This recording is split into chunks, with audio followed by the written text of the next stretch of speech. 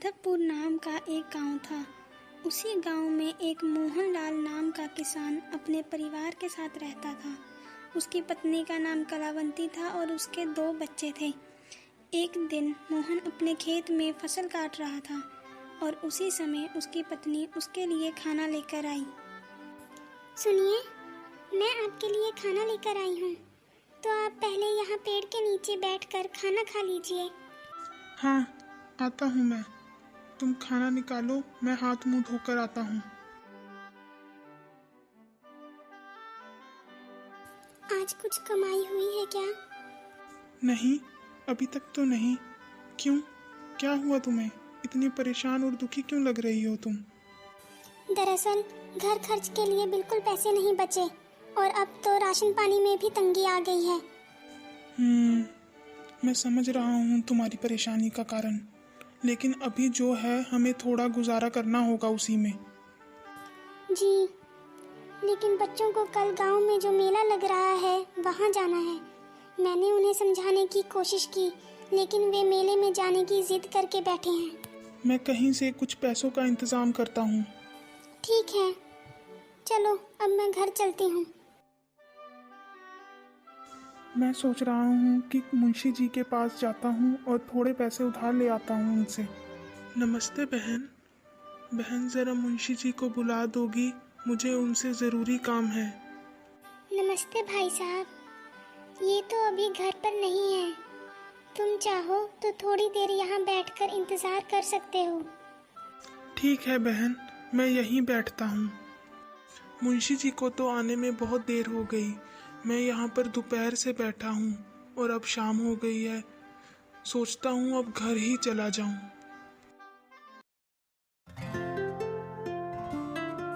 मोहन मायूस होकर अपने घर की ओर चल पड़ा, लेकिन रास्ते में उसे अपने एक दोस्त का ख्याल आया।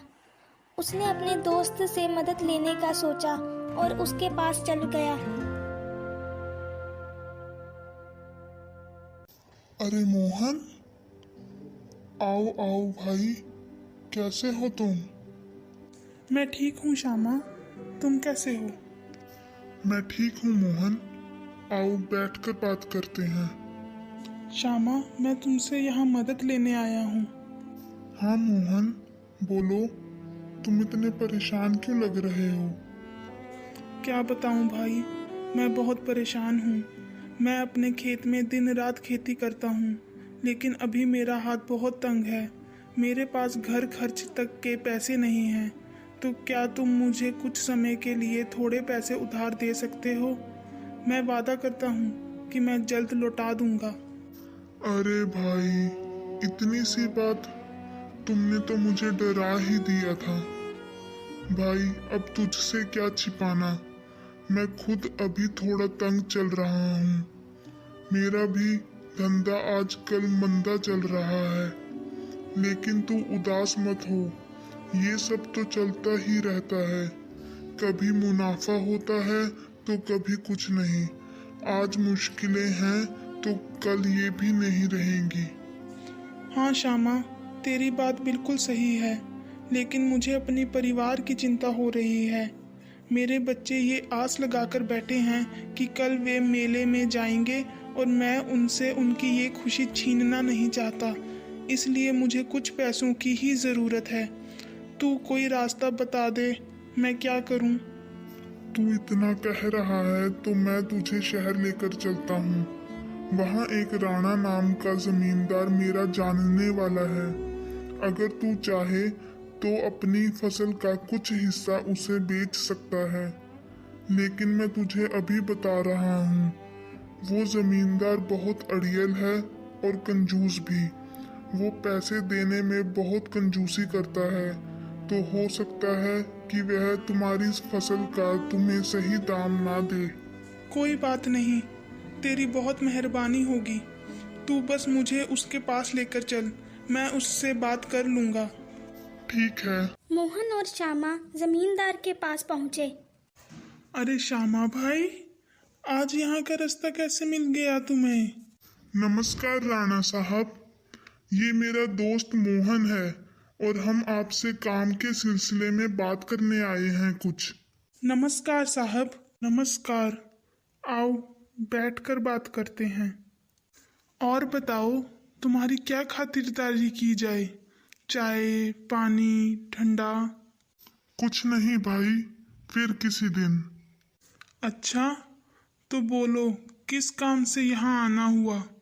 रामा ने मोहन की सारी व्यथा जमींदार को बताई और वह सुनकर जमींदार बोला, तो तुम्हें अपनी फसल बेचनी है? जी साहब। ठीक है, मैं तुम्हारी फसल खरीद लूँगा। तो बोलो, तुम अपनी फसल का क्या दाम लगाओगे? साहब, मैं अपनी फसल सरकारी दाम के हिसाब से बेचता हूँ। लेकिन तुम्हारी फसल इतनी जल्दी कोई सरकारी दामों पर नहीं खरीदेगा। तो आप बताइए, आप किस दाम पर खरीदना चाहेंगे मेरी फसल? मैं तुम्हारी फसल के तुम्हें 1500 रुपये दूंगा। तुम्हें मंजूर है? ये तो बहुत कम है साहब। मोहन, मैं तुम्हें इससे ज़्यादा नहीं दे सकता। अगर तुम्हें मंजूर है तो बोलो, नहीं तो रहने दो। ठीक है साहब, मैं बेचने के लिए तैयार हूँ अपनी फसल। रामा मोहन को रोकने की कोशिश कर रहा था, लेकिन मोहन ने ठान लिया था कि वह अपने बच्चों की खुशी के लिए अपनी फसल कम दामों में बेच देगा। और मोहन फसल बेचकर रामा साथ अपने गांव लौट गया। गांव लौटकर मोहन ने अपनी पत्नी कलावंती को पूरी बात विस्तार से बताई और यह सब सुनकर कलावंती बोली, यह सब बहुत गलत हुआ।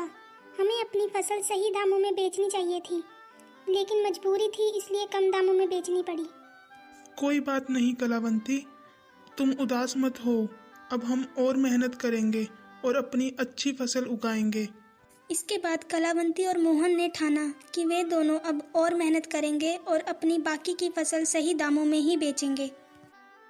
अगले ही दिन मोहन और कलावंती अपने खेत में फसल काट रहे थे और फसल काटते समय थोड़े ही देर बाद मोहन की नज़र किसी चमकदार चीज़ पर पड़ी। कलावंती, यहाँ आओ, देखो मुझे क्या मिला। जी आई।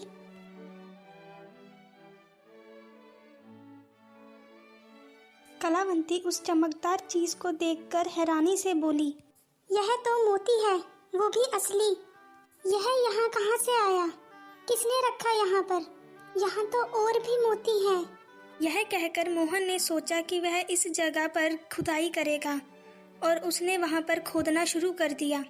देखो, यहाँ पर तो खजाना छुपा है। हमारी जमीन के नीचे खजाना था और हमें इसकी भनक तक नहीं लगी।